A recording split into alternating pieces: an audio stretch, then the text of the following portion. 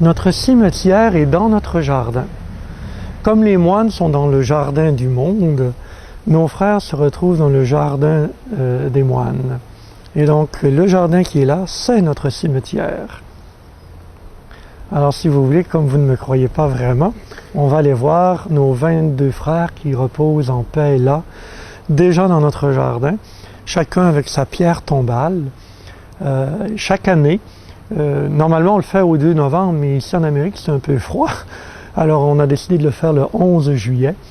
On va passer, on fait une promenade dans le jardin, on va chanter l'office de nonne avec nos frères défunts, et pendant l'office de nonne, on s'arrête devant chaque frère pour faire mémoire de lui, pour chanter une petite invocation et prier pour le repos de son âme. Ce qui permet aux nouveaux membres de la communauté de connaître toute la communauté.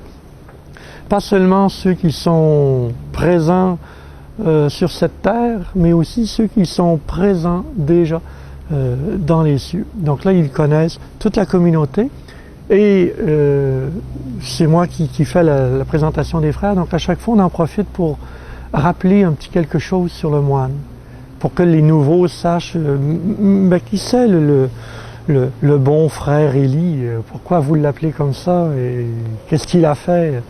Donc alors ça permet de présenter chacun de nos frères et de découvrir qu'ils sont encore vivants pour nous à travers la mémoire. Par la grâce de Dieu, les pigeons nous ont aidés à faire un bout de chemin dans la perception qu'on est appelé à la vie et non à la mort. Vous savez, ici vous avez le dortoir des moines. Hein? Alors la seule chose que l'on voyait quand on regardait dehors, c'était un cimetière rempli de croix noires. C'était déprimant au possible. Et les pigeons ont entendu notre prière. Alors ils se sont mis à venir sur les croix de nos frères pour déféquer. Alors on s'est dit, mon Dieu, qu'est-ce qu'on pourrait faire pour les empêcher de salir nos pauvres frères? Fait que l'idée nous est venue, parce qu'en plus, quand il fallait tondre autour de la croix, c'est compliqué. On s'est dit, mais pourquoi on ne ferait pas un jardin plutôt qu'un cimetière?